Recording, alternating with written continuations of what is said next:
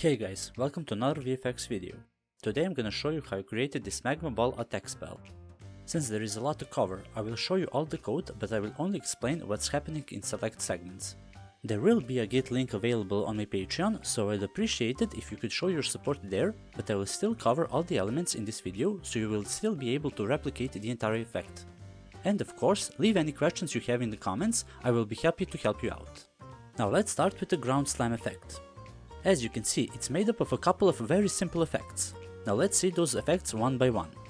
For the crack effect, I found this texture by googling broken glass. The most notable thing on this effect is enabled custom data, which controls how the particle appears. The custom data is used in the shader, which we will take a look at soon. The rest of the parameters you can see here.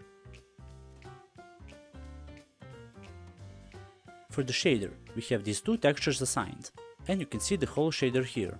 In the shader, I'm using the mask texture to control the dissolve of the crack texture by using the UV1 node, which is connected to the custom data of the particle systems. Next, we have a shockwave effect. You can see the basic parameters I used in the particle system.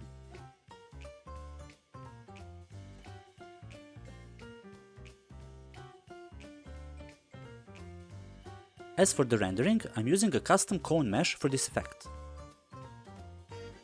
and a custom shader to control its dissolve. As you can see, it's a very simple shader, we're just using the vertex colors alpha channel to control the dissolve using the smooth step node. Now for the smoke effect. This is among the most basic effects. In retrospect, it could be much better, but it serves its purpose. Here, we're using a basic unlit particle shader with this texture.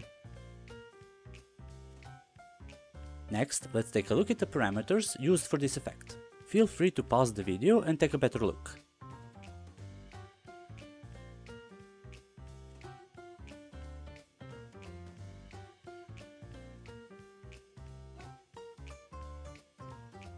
Now we have these little rocks that appear. The effect is very basic, it has a burst emission and a cone shape, and has a collision enabled on the ground plane so the rocks bounce off.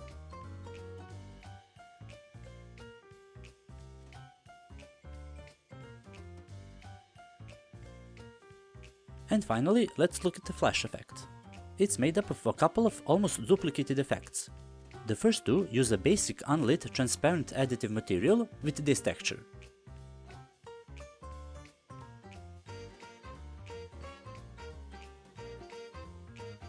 The only difference between the first two is the random rotation in which they appear, so they always appear apart. And finally we have the circular flash particle, which has these parameters.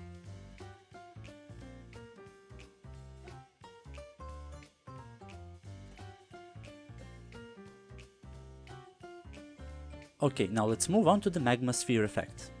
First, to create the sphere and its shards, I used Maya, but you can do this in any 3D software, they all have the required options. I created the sphere using the icosahedron, or whatever it's called, and setting its subdivision to triangles, but you can use any sphere model you wish. Next, I went into sculpting and just flattened the surfaces a bit to give it an irregular look. Next we'll go into mesh display, then soften harden edges to get our normals correct. And now for the tricky part. Select the model, go into edit and delete by type history. Now switch the menu tab to FX. Then go to the effects and select the square to open the shutter window. Now, what we want is the solid shutter. You can play around with the settings and click apply. This will create a new model with the fragments separated.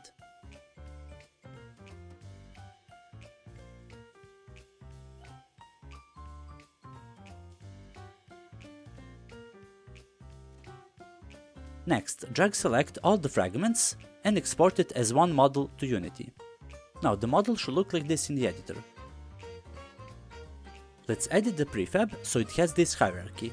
It's important for every shard model to have a parent whose transforms are exactly at the center of the model, while the shard itself will have the transform centered on itself. This will make it much easier to animate later in the code and apply physics correctly. It's important to note I like doing these things through code, since I can set the parameters and change them till I'm satisfied, but you can also animate the formation of the ball with the animator or the 3D software. As for the material, both the inner and outer material use a custom shader which we will take a look at later, but its main purpose there is to control the emission of the magma. You can see that in effect here. And for the inner material, which doesn't have a mask, the whole part glows. Okay, so now we need to make the ball appear when the character slams the ground. I attached 2 points to the character staff to control where the slam happens and where to form the ball. Now let's take a look at how the ball forms slowly. First, the fragments burst upwards. Then slowly begin to float towards the top, flying in a curve so it's more natural. Then the ball forms and lights on fire before being shot. All of this is controlled through a script, but as I said, it can be done other ways. Let's take a look at the script. So you can see a ton of variables and parameters used, but just focus on the names of the parameters for now, as they pretty much explain what they're being used for. The initial function is the play function. Here we initialize the transform variables, which we use to animate the flying path and configure the shards. Next, we start with the Magma Ball coroutine. In this coroutine, we control the order of the animations and the wait time between. Let's go through them one by one. The ground appear function controls the first time the shards appear during the slam.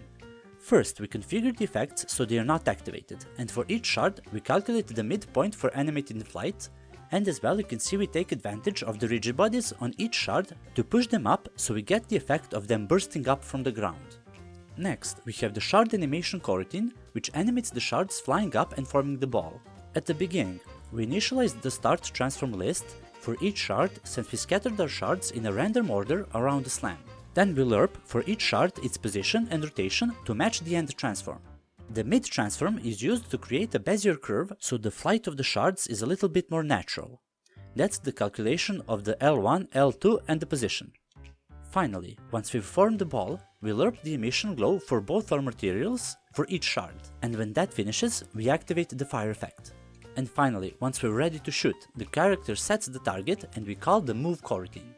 The coroutine lerps from its start position to its target and at the end calls the hit function. The hit function resets the glow and the rigid bodies of our shards and instantiates the hit effect. Now that we're finished with this mess of a script, let's take a look at the Magma Ball shader. In the shader, we just combine the basic texture with the emission texture, which we animate using the sign node. And finally, we multiply that with the emission value, which we control through the script. Next, we'll take a look at the fire effect. I'll go through the basic parameters, but the most notable thing is that the gravity is set to a very small negative value, so the fire rises up.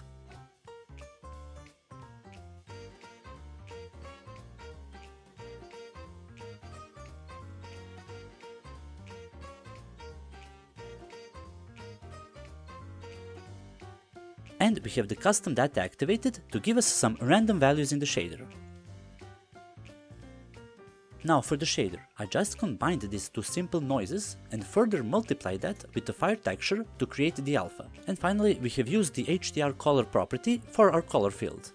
The shader is also set to additive so the particles blend together. With these elements, we get a nice random dissolving fire. The smoke effect is a pretty similar effect, but it only fades out and doesn't have a custom shader.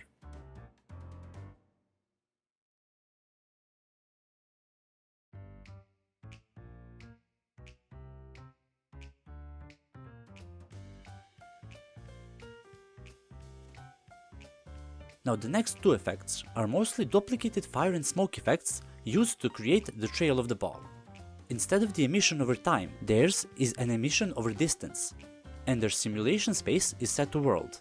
We could have used the first two effects to achieve the same result, but for these two I also changed the gravity and the size over lifetime so I'm a bit more satisfied, and that made them incompatible. For the last effects, we have the fire burst, which has a burst emission without the gravity,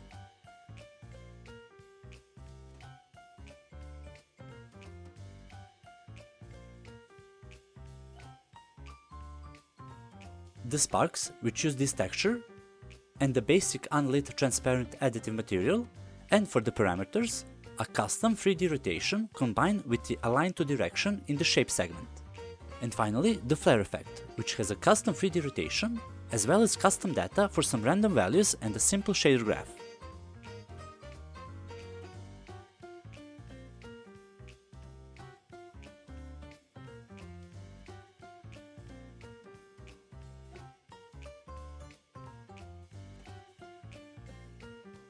In the shader graph, we use the UV1 custom data to apply a random offset, then we twirl a simple noise, which we use to create a distortion effect on our texture.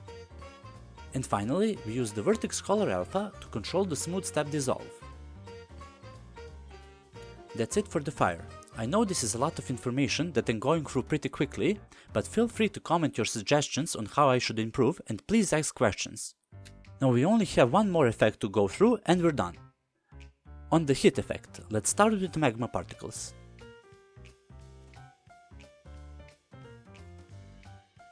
Here, similar to other effects, we use a custom dissolve shader in combination with the custom data.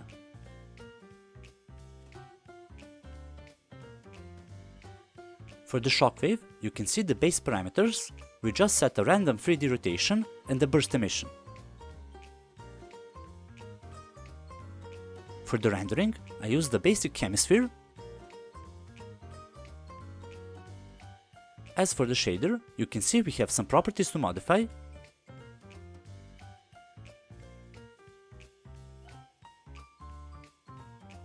Inside, we're sampling this noise texture and dissolving it using the smooth step node for the alpha.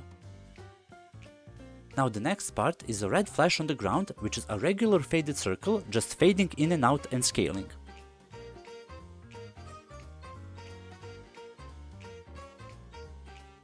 As for the explosion flash, I used the shape of a circle and scaled it down to almost 0. This is because we're using a random 3D rotation to get the angled particles, as you can see here.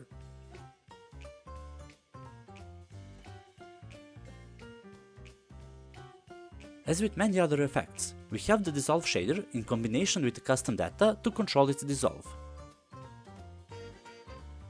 In the shader, we have an offset variable to control the falloff of the dissolve, and we're using this simple texture I created in Photoshop.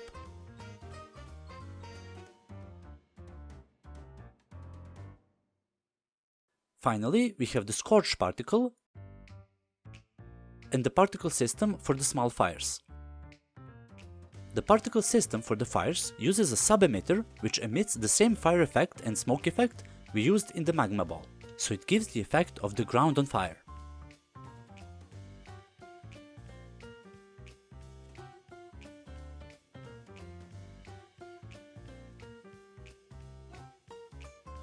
We have finished the effect. From the script, we can modify various parameters, such as the movement speed, the movement curve, the appear radius, the wait time, and so on. I very much like how the effect turned out, even if some parts can be improved. But, as always, thanks for watching. The Git link will be available on my Patreon, so consider supporting me there, as it will enable me to create much more content. And now the copy and paste part, please leave a like and subscribe, it really does mean much. Until next time.